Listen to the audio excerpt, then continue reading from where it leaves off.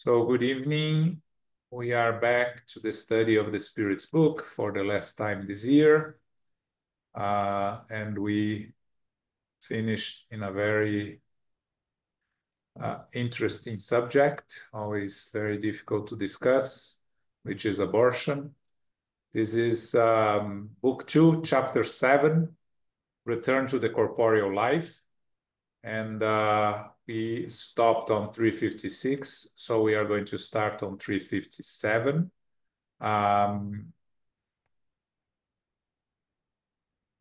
Who can read for us? Paco, can you read for us? You're on mute.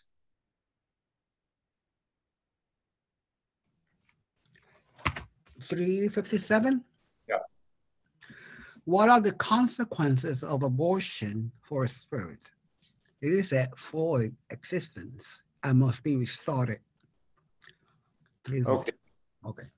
So when we talk about abortion, especially in a society where abortion is legal and many people are grow with the concept of abortion being part of their lives, even with the religion's restrictions, we have always to be very careful when we bring what Spiritism teaches us about abortion, right?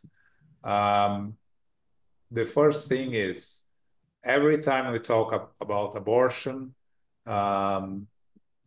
many people will say, well, Spiritism condemns abortion. And Spiritism doesn't condemn anything, actually. Spiritism explains causes and consequences. Whenever you go against a natural law, there are consequences. The consequences depend on your knowledge and your intention. Okay? There are always consequences. But of course, if you kill someone, when you are a primitive human being and you kill someone because you are trying to find food, are there consequences? Yes. But are there serious consequences? Of course not. You had no idea what you were doing. Now, when you have all the knowledge of the natural law, of the causes and consequences, the responsibility we carry, and you still go ahead and kill someone, you will face much more serious consequences. So for us to talk about abortion, we first need to understand, and we discussed this last week, that the moment of conception is when the spirit connects to the new body that is started to be formed. So it doesn't really matter the time of the abortion. You are going against the natural law. So in the same way that Spiritism tells us that if you kill someone, you are going against the natural law, when you are talking about abortion, you are talking about going against the natural law. Now, this is just the start. You have to go much deeper into the understanding of your responsibility in practicing this act against the natural law. It's the same way when we talk about suicide, right? There is a generalization that all suicides will face serious consequences because they commit an act about their they ended their life earlier, so they're going to face serious consequences. Many of the suicides, yes. Some of the suicides, no. If you commit suicide in an act of desperation, in an act of unawareness of what you were doing, of unconscious action, the responsibility still exists, but it's much smaller than the responsibility of someone that plans and executes the act knowing what they are doing. So all this talk here is just for us to eliminate the concept that first, that Spiritism condemns abortion. Spiritism doesn't say that abortion is right. It says that it goes against the natural law. The natural law is that we cannot eliminate any life, that every time we eliminate a life, we are going to face consequences. How serious are the consequences depends on our act, our intention, and our responsibility is going to be according to that, okay?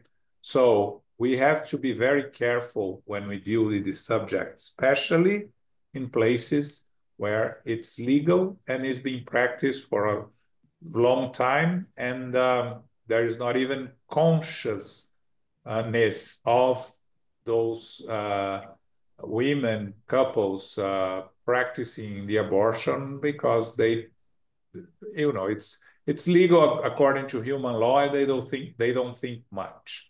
If someone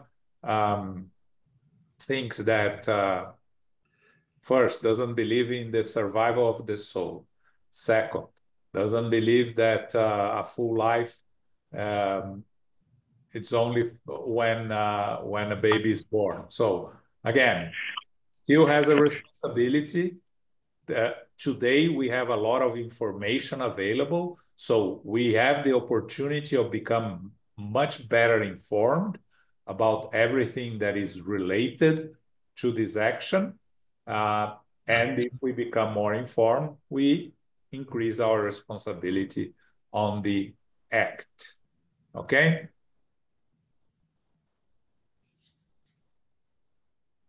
Any questions here, or can we move on? There are only 4 questions on this subject, okay? Okay, second one, Paco, please. Is voluntary abortion a crime, regardless of the length of the pregnancy? Any transgression of God's law is a crime. Taking the life of an unborn child is a crime, whether committed by the mother or someone else, because the soul is prevented from experiencing the trials intended for the body that was destroyed. Okay. First interesting point here, which has nothing to do with the abortion, but with both in French and in Portuguese, there is only one word for abortion, right? In English, there are 2 words. You have miscarriage and you have abortion, right? Yeah. In both French and Portuguese, there is only one word, which is abortion. So that's why you find voluntary abortion here, because the original question in French, you have to say voluntary. It's not a miscarriage. In English, you could eliminate voluntary here, because abortion is when you terminate the pregnancy with the intention of terminating the pregnancy. Okay, so just curiosity here on words. I think that English has an advantage because it makes it much easier to discuss when you talk about miscarriage and when you talk about abortion, right? The spirits are very clear here that any transgression of God's law is a crime. Anytime you go against the natural laws, you are committing a crime. Now, crime, the punishment of the crime is on our own conscience. It's our own conscience that is going to cause the consequences for our actions. Sooner or later, again, it's not that we immediately become, start feeling guilty about a lot of our errors. But eventually, as we evolve and we become more aware of our responsibilities, we are going to face the consequences according to our own conscience. So the spirits are here talking about taking the life of an unborn child is a crime whether committed by a mother or someone else, meaning those responsible for the abortion are also responsible and will have to face the consequences. In the book Nosso Lar, we have the famous story of that lady that starts banging at the doors of Nosso Lar, and André Luiz is talking to a mentor with, I don't remember which mentor it was, and they rush to the gates.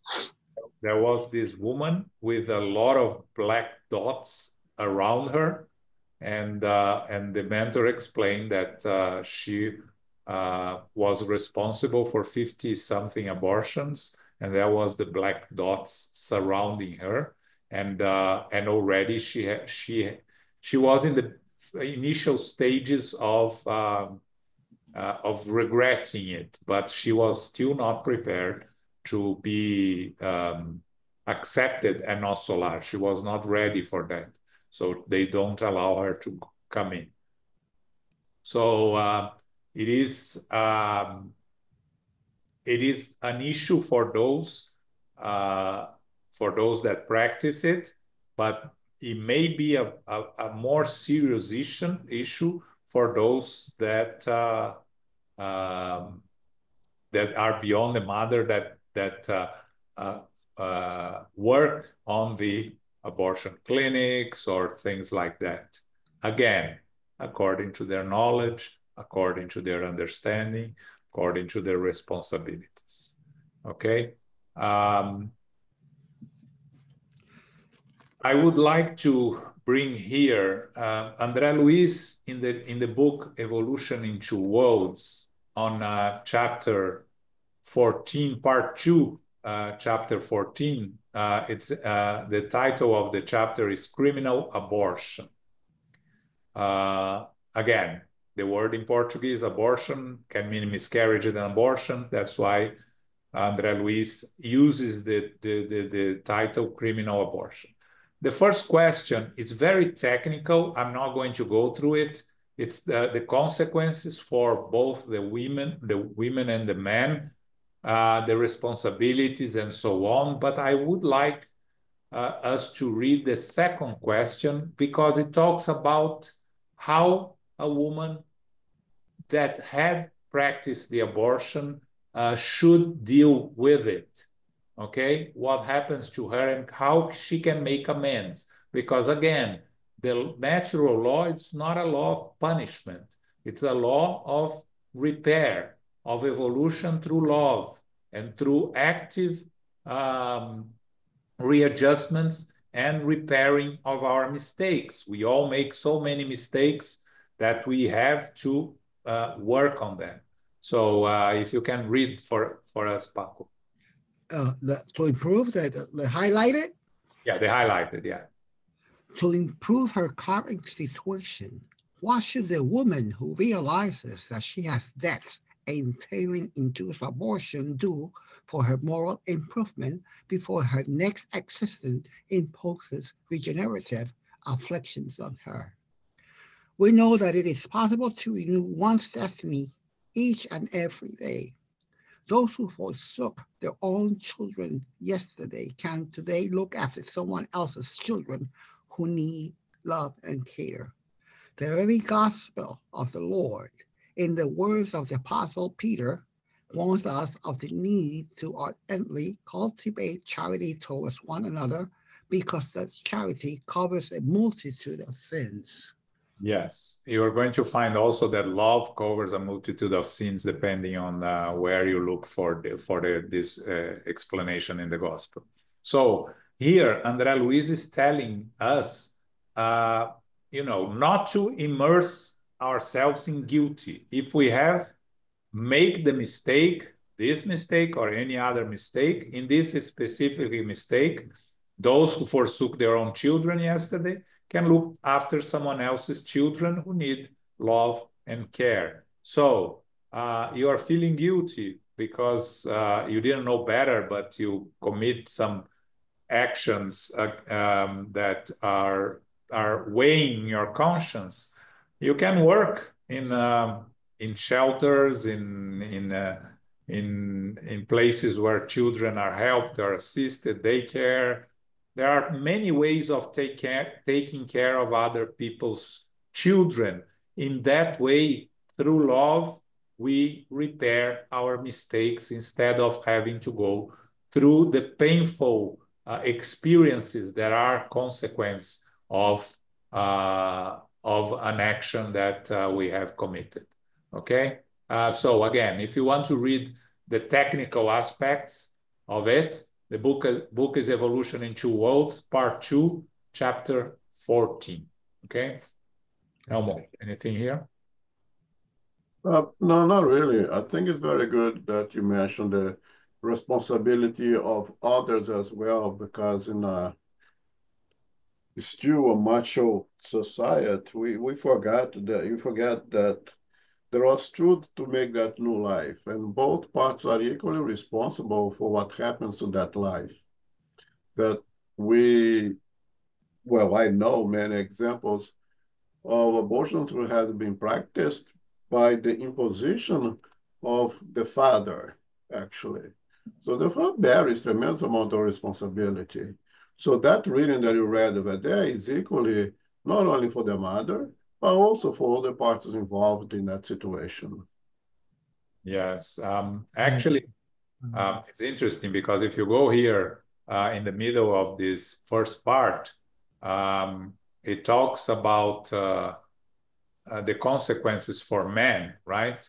The results of this action nearly always appear in the lifetime following the one in which the death was incurred, in the form of testicular diseases, various endocrine disorders, or mental disturbances, entailing obsession by invisible forces emitted by the hateful discarnate spirits who still cannot forgive him for having deserted them. So that's the point. There are consequences for both parts if they are both responsible for it. Okay, now when the mother is at risk. Next one, Paco. When 359. Okay. When the life of the mother is at risk by the birth of a child, is it a crime to sacrifice the child to save the mother? It is better to sacrifice a being that does not yet fully exist than a living one or living being. So that's a very important point here that the spirits makes, right? So if the life of the mother is at risk, and to save the mother, you have to sacrifice the child. So it is not a crime. It doesn't go against the natural law because it's better to sacrifice a being that does not yet fully exist in the sense that he was not born yet than to sacrifice the mother. So the spirits make an exception on the cases of abortion when there is a risk for the mother.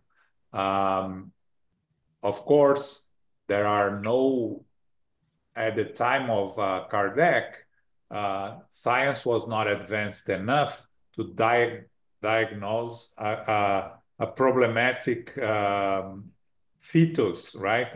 A baby that is going to be born with problems that can be for the lifetime or malformations and everything like that. But in the books by André Luiz and in the words of Emmanuel, again, we shouldn't sacrifice the child because it's not going to be born fully healthy, because we never know what advancements medicine can have and what will be the consequences. The only exception would be if the life of the mother is at risk. And science nowadays, medicine, is much more advanced to better identify those risks. Right, Elmo? I don't think you even compare the medicine of the time of Kardec with the time of today's medicine. It's even possible even to try to compare two completely different animals. But the same way that today is much easier to identify intrauterine problems, you have means of also to treat intrauterine problems, to make corrections to save both mom and baby much easier than at that time. I have to remember that time infantile mortality was extremely high, and women's mortality during partum or immediately postpartum was also extremely high.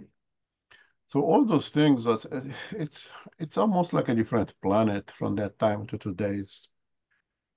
So the conversation of to sacrifice the child to save the mother at that time was a very palpable and current event, not as much as today. But it's true today, of course, you try to preserve the mother. There is a spirit already there, then the one that initiating. The one is initiating when the situation is that will soon have opportunity to return. Even more if you are able to preserve the reproductive organs of that mother. There's a good chance that the baby will return to that same mother if her reproductive organs can be preserved.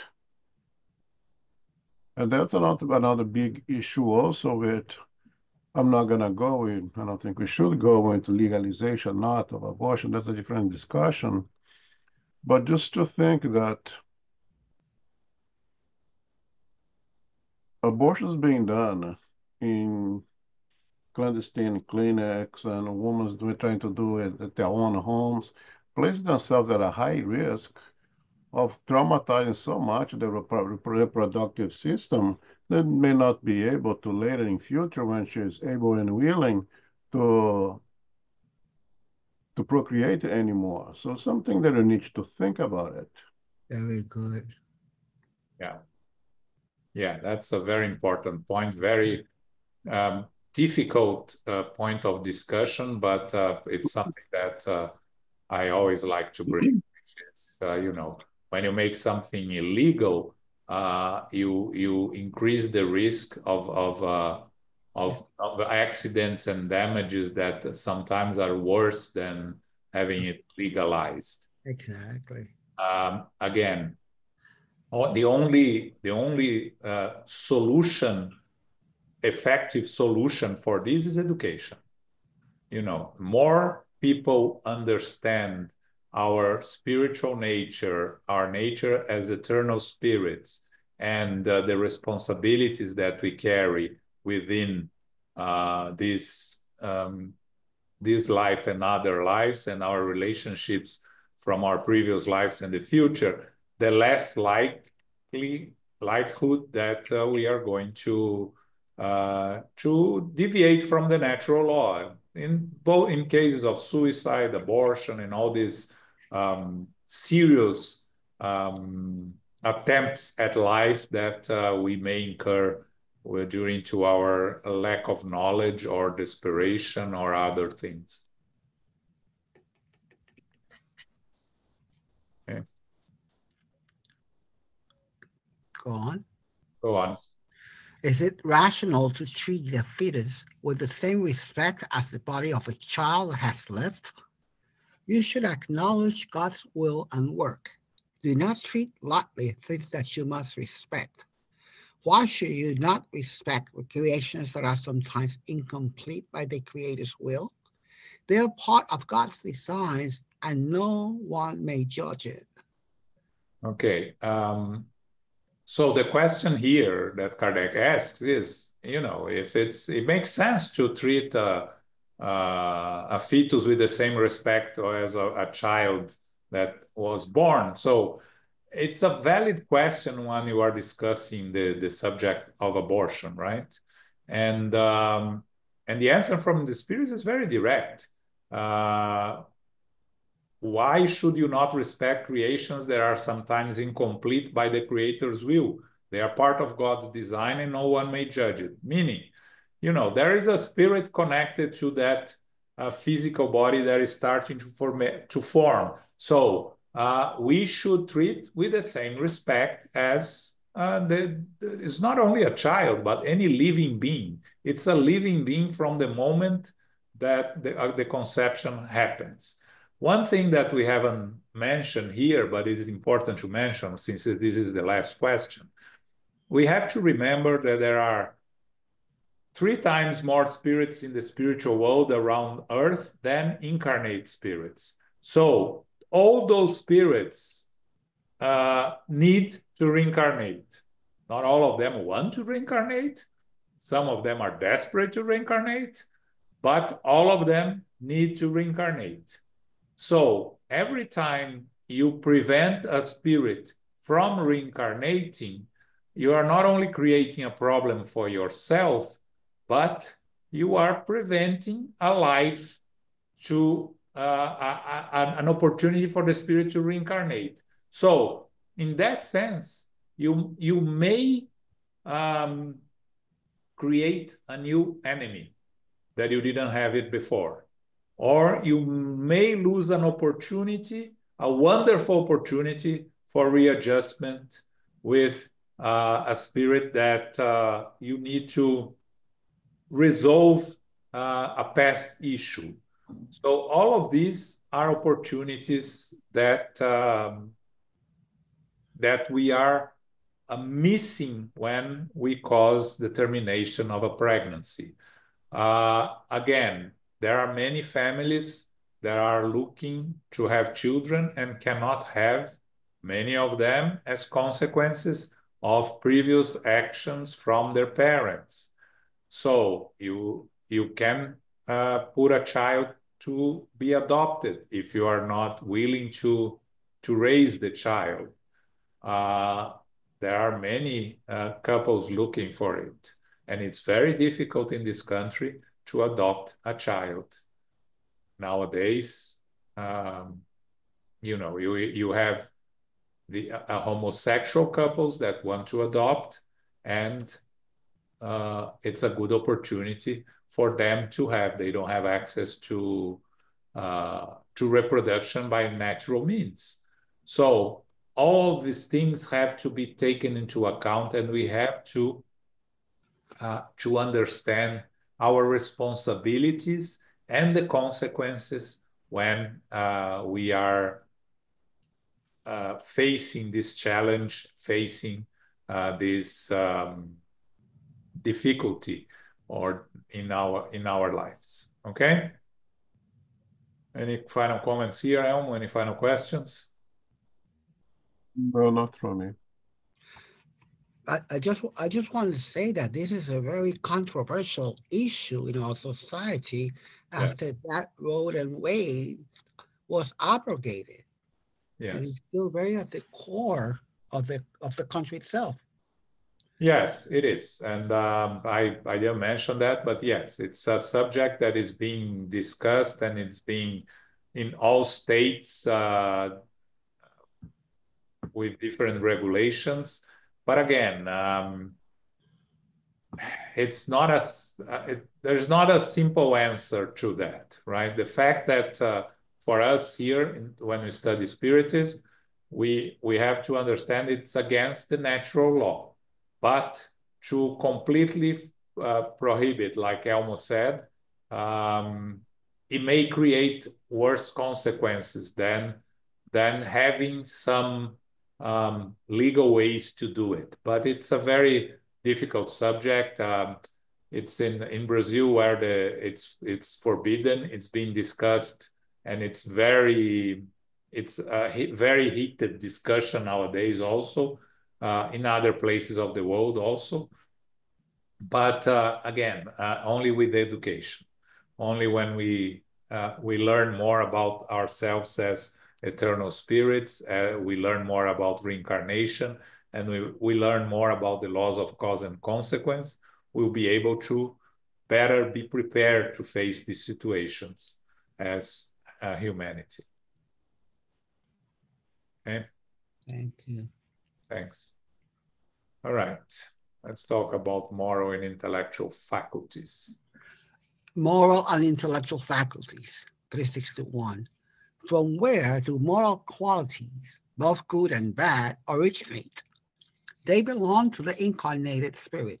The purer that spirit, the better the person.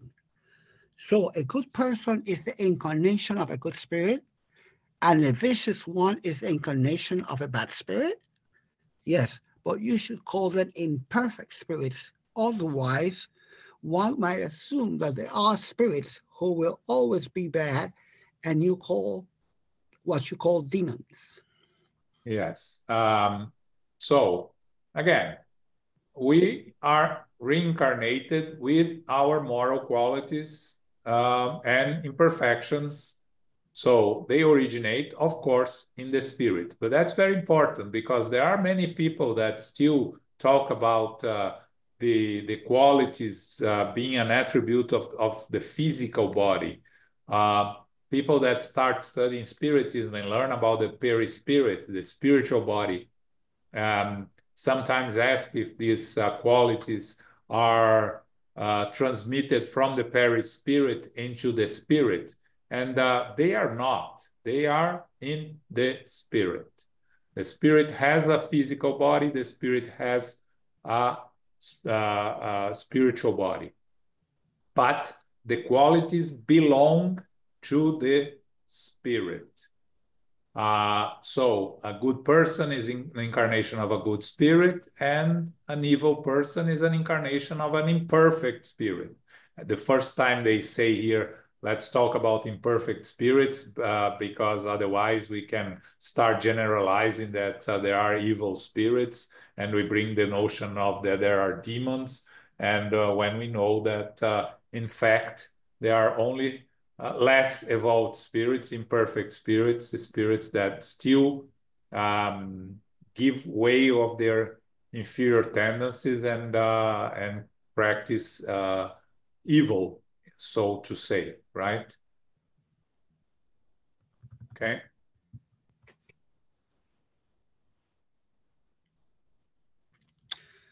True.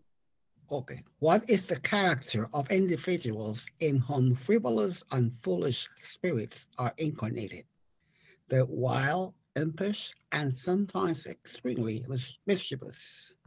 Okay, not much here. Again, imperfect spirits are frivolous, foolish when they are incarnated. The person is all these things that the spirits mentioned, right?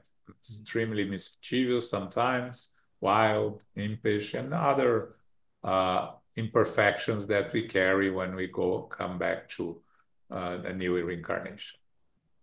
Okay, next. Does the same spirit give a person his or her moral intellectual qualities? No. You jumped one. 363. Oh, do spirits have passions that do not belong to humanity? No, would communicate them to you if they did. Yeah, and the question here is, are there things that the spirit has that does not belong to humanity? No, if the spirit is on planet Earth, everything that he has, qualities, moral imperfections, are associated to Earth. There are no passions that do not belong to Earth. And if they were, the spirits will communicate them to us. They will tell us that they have some passions that do not belong here, but they are not. Because again, if the question was, do spirits have any passions that in other worlds that do not belong to humankind here on Earth?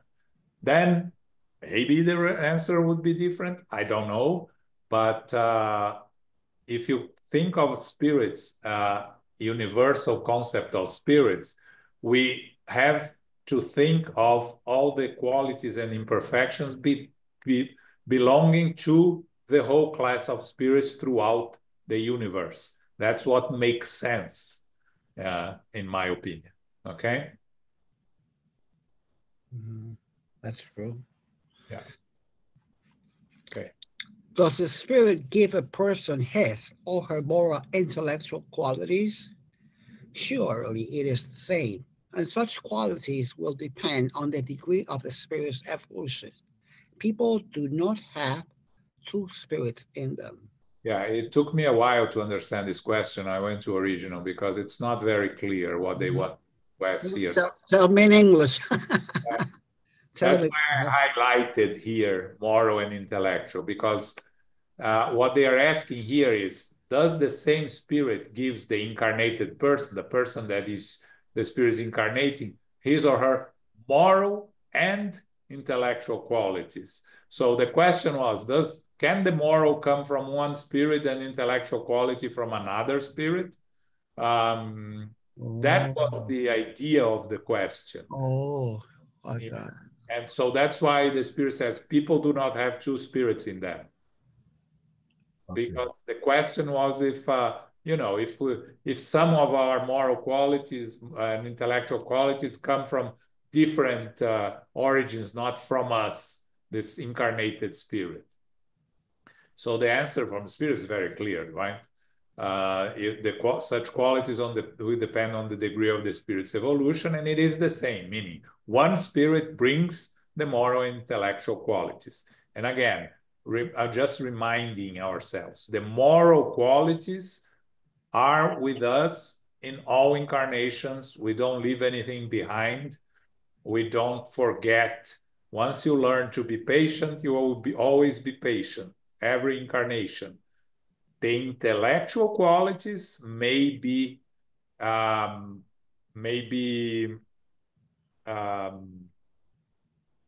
obscured, so to say, in one incarnation. We may come with not all of our intellectual qualities for the simple reason that we need to develop in all different aspects.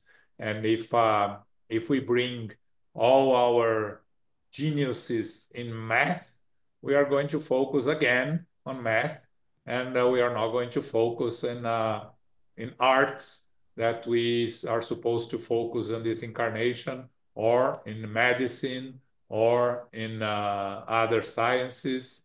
So, and also sometimes when we come to an incarnation where we have physical challenges on the physical body, we may not be able to fully express our intellectual abilities. So a mentally challenged individual is not a mentally challenged spirit.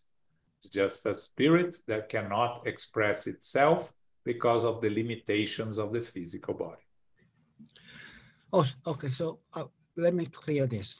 That means that the moral qualities are always passed on. Intellectual qualities are, to a certain extent, limited according to what the person or the spirit has to go through. Yes. Okay. Again, on an incarnation, you as eternal spirit will never lose any moral or intellectual advancements that you have. So if you are a genius in music, you, the eternal spirit, will always be a genius in music. But you may not bring this to an incarnation because of other necessities. Okay. Okay? Danny. So the moral, that was basically my question, as Paco asked. So whatever level you got morally, that cannot be blocked or impaired, let's say. Correct. It cannot, just the intellectual. Yes. Because it doesn't, again, let's think logically, right? It doesn't make sense for us to not bring our moral qualities, right? Because our moral qualities is only going to help us. So why would they be blocked? If we think logically, right? If let's say we talked about patience, right?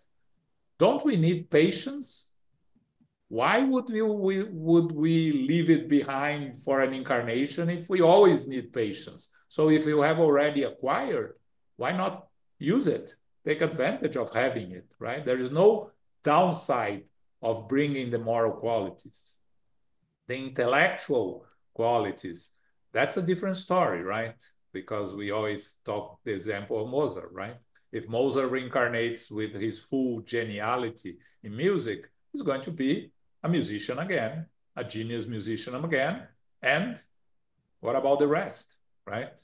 So it's better if he comes loving music, yes, but with an inability to work in the field because he needs to develop other abilities.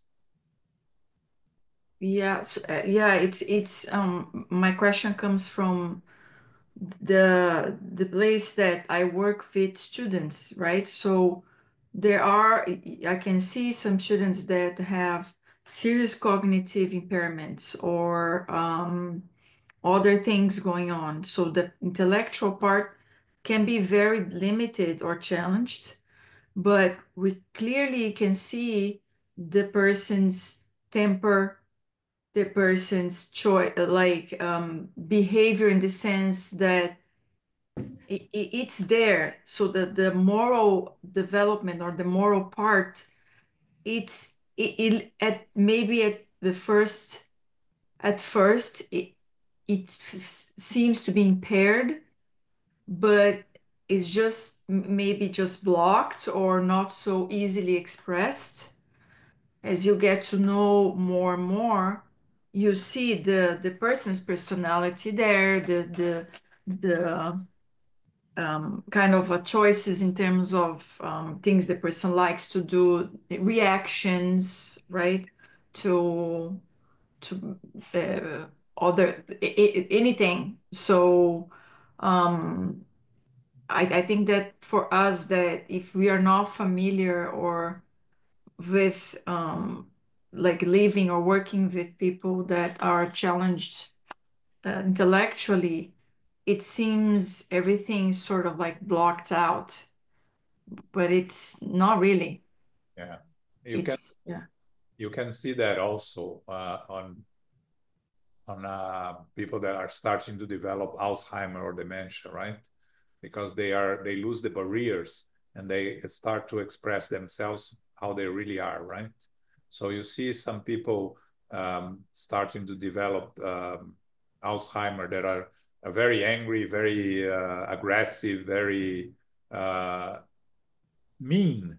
And there are people that start developing Alzheimer that they are kind, they don't complain much. I heard some cases. So you see the spirit there, the development of the morality of the spirit, right? In some areas that can manifest when you lose the barriers that prevents you from the barriers that prevent yourself from expressing to the world, right?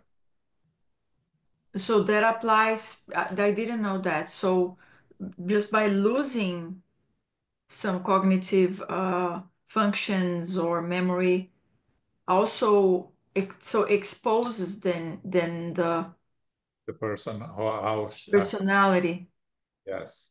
Yeah, because people, yeah, makes sense because some kind of challenges or cognitive challenges, it leaves the person more exposed to like more impulsive or less regulation, right? Self-regulation. Regulation, yes. Self-regulation makes sense. Okay. Okay. That's an interesting one also next. 65. Why are some very intelligent people whose intelligence is proof of the presence of an advanced spirit also extremely vicious? Because the spirit incarnated in these individuals are inadequately purified and may yield to the sway of spirits who are even more inferior. The spirit advances slowly, but this progress does not take place in all directions simultaneously. It may advance intellectually at one point and morally at another. Yeah, that's very important also because we see some and we see cases of geniuses, right, in different fields that are extremely unpleasant to deal with, that are aggressive, that are impatient, they are nasty. So what happens there? The moral aspect has not evolved yet. Only the intellectual aspect has evolved. And as Emmanuel teaches us, there are two wings of evolution, the moral and the intellectual. And the two wings have to evolve as much simultaneously as possible, but it doesn't happen that way. What happens is that you cannot go very far on one side without working on the other side. So these individuals, let's say that are geniuses, one incarnation, and abuse of their geniality to take advantage of others, to belittle other people, they are going to face consequences, very likely in the new incarnation, where they will have to come very dependent on others without the intellectual abilities. And there you see one of the reasons why the intellectual abilities may not come with the person, so they can learn to evolve morally through pain, through suffering, struggling, but you evolve morally. We finished the book Liberation last year, right? When we saw the case of Gregorio, a very intellectually advanced spirit in charge of the evil lower zones, right? That abused of his power and used his power to cause a lot of harm and pain. And but he reached a point where intellectually he could no longer advance, and that's when he started to get bored. And that's when he opened the small window of opportunity for the spirits to rescue him. So if you evolve intellectually too much, it reaches a point you can no longer evolve, and it has to evolve morally. And again, the other side is much easier. If you evolve morally, you are going to evolve intellectually, because you may not focus on evolving intellectually for a period of time when you are dedicating your life to help and assist others. But you are going to eventually work on that, and there'll be opportunities in the spiritual world to evolve intellectually or new incarnations. But so that's easier. But if more develop on the intellectual side and then bring the moral side up to it is much more challenging. Okay. All right. 366. Yes. What about the theory that persons of various intellectual and moral faculties are the product of multiple spirits, each possessing a special aptitude incarnated within him or her? A moment's reflection will show the absurdity of this theory. Each spirit is destined to possess all possible aptitudes, but it must have one individual will to progress. If a human being was a combination of different spirits, this single will would not exist, and this person would possess no individuality. Upon this person's death, all the spirits would fly off in separate directions like birds escaping from a cage. Human beings often complain that they do not understand certain concepts, yet they are experts at unnecessarily complicating them, even when they have the most simple and natural explanation close at hand. This is yet another instance of how humans often mistake the effect for the cause. This theory is quite similar to what the pagans believed of God, except in this case it applies to humanity. They believe in the existence of a God for every phenomenon in the universe, but more rational among them see the phenomena as a variety of effects with one God as the cause. The physical and moral worlds offer us numerous points of comparison in this matter. While humankind remain focused on the appearance of natural phenomena, they believe in the existence of many different kinds of matter. Today, all these phenomena are seen as being modifications of a single elementary substance. The various faculties are a manifestation of the same unique cause, which is the soul or incarnate spirit, and not multiple souls, just as the different sounds of an organ are the product of the same air and not different types of air for each sound. According to this theory, when an individual gains or loses abilities or preferences, these changes are the result of a corresponding number of spirits who enter or vacate his or her body. This would transform human beings into compound beings without any individuality and consequently without any accountability. This theory is disproof that with many spirits manifestations that conclusively demonstrate their personality and identity. Okay. So again, this question is a theory that I don't see it nowadays, right? That an individual is a result of many spirits, intellectual and moral faculties, a multitude of spirits possessing a special attitude incarnated with him or her. We know that each person is an individual spirit with all the moral and intellectual faculties belong to the eternal spirit that is incarnated in that physical body. And both the spirits and Kardec give here the very good examples, right? That we would have no individuality if that was the case. So if we would have no individuality, we would have no responsibility, right? Because there are many that are using my physical body to act on different things, that then I have no responsibility. And it's not even I, right? We, because if there are many inhabiting one body, then it's not I, it's we. It would be we, yeah. And I think the comparison with how we used to believe in many gods, right? Pagans believe in a multitude of gods, and one god for every phenomena.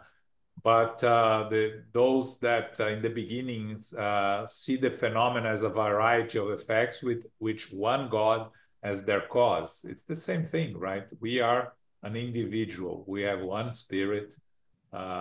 It's ourselves, we, the spirit, inhabiting our physical body that belongs to us and only to us. Now, if we were talking about the influence of spirits in our daily lives, there will be a different conversation. Yes, there are many spirits trying and actually influencing us on our daily lives, but we have our own free will. We are responsible for our actions.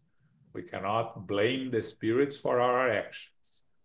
We have the responsibility of all things that we do, our actions. Then the second is the explanation by Kardec, right?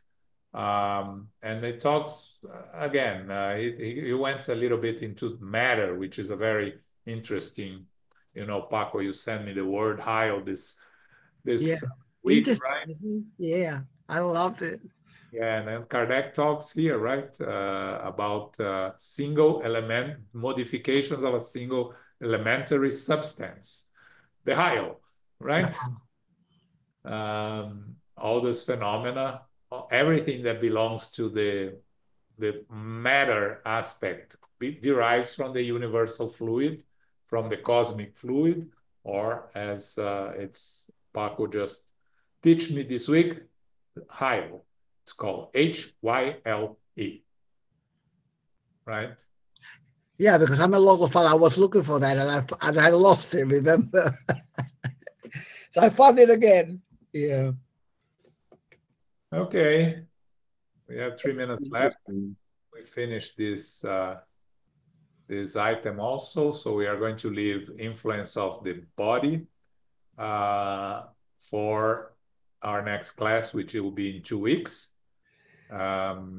Again, our last meeting of the year will be this Sunday. We will have the Q&A session, and then we reopen in 2 weeks' time on January the 2nd, where we will be studying the Spirit's book. We'll be here on the influence of the body, right?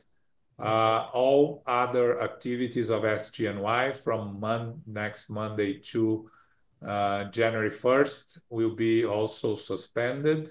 Book club comes back not on the, it comes back on the 7th, right? On January 8th, yes, actually, January 8th, Wednesday. So book club also, same thing as the rest of the schedule of SGNY. Comes back on the 8th. There is no USSF lecture this weekend also, and next weekend for the festivities. So, happy holidays for all of you. Thank you. Thank you, everyone. Thanks, everyone. And Carol, can you do our final prayer? Yes, certainly, John. Thank you very much for hosting, and thank you, Elmo. Thank you, Paco, for reading for us this evening, and everyone who has been participating this evening. Infinite Creator and Supreme Intelligence, we give thanks to be together for our studies of the Spirit's book, Book 2, Chapter 7. Our topics are abortion and moral and intellectual faculties.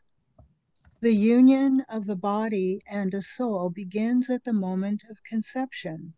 Abortion goes against the natural law when there is an intent to terminate a pregnancy. Eventually, we will evolve and will face consequences of the actions, whether committed by the mother or someone else. If a mother's life is at risk, it is better to save the mother and therefore sacrifice the not fully developed being. Intellectual and moral qualities belong to the incarnated spirit. A pure spirit will be a better person. The eternal spirit will never lose the moral qualities. However, the intellectual qualities may be subdued in order to develop other abilities. A balance, however, will eventually occur in this evolutionary process. We give thanks to the spiritual benefactors and the good spirits for guiding and inspiring us this evening. May we receive the love, light, and peace of Christ within us and for our loved ones, our teachers, our directors, our counselors, the mediums, the workers, and all participants. We pray for inner peace and especially for world peace and for those who are suffering in the physical and spiritual worlds. We pray for our center SGNY and all spirit centers throughout the world that they may grow, prosper, expand, and be protected throughout the day and throughout the night. As we close, we humbly ask for safety and protection as we return to our family, friends, loved ones, and co-workers. May we go forth now as beacons of love, of light, of peace, of service, and charity, which is love in action. May we be blessed during this Christmas season and invite the light, and may peace and love prevail. So be it.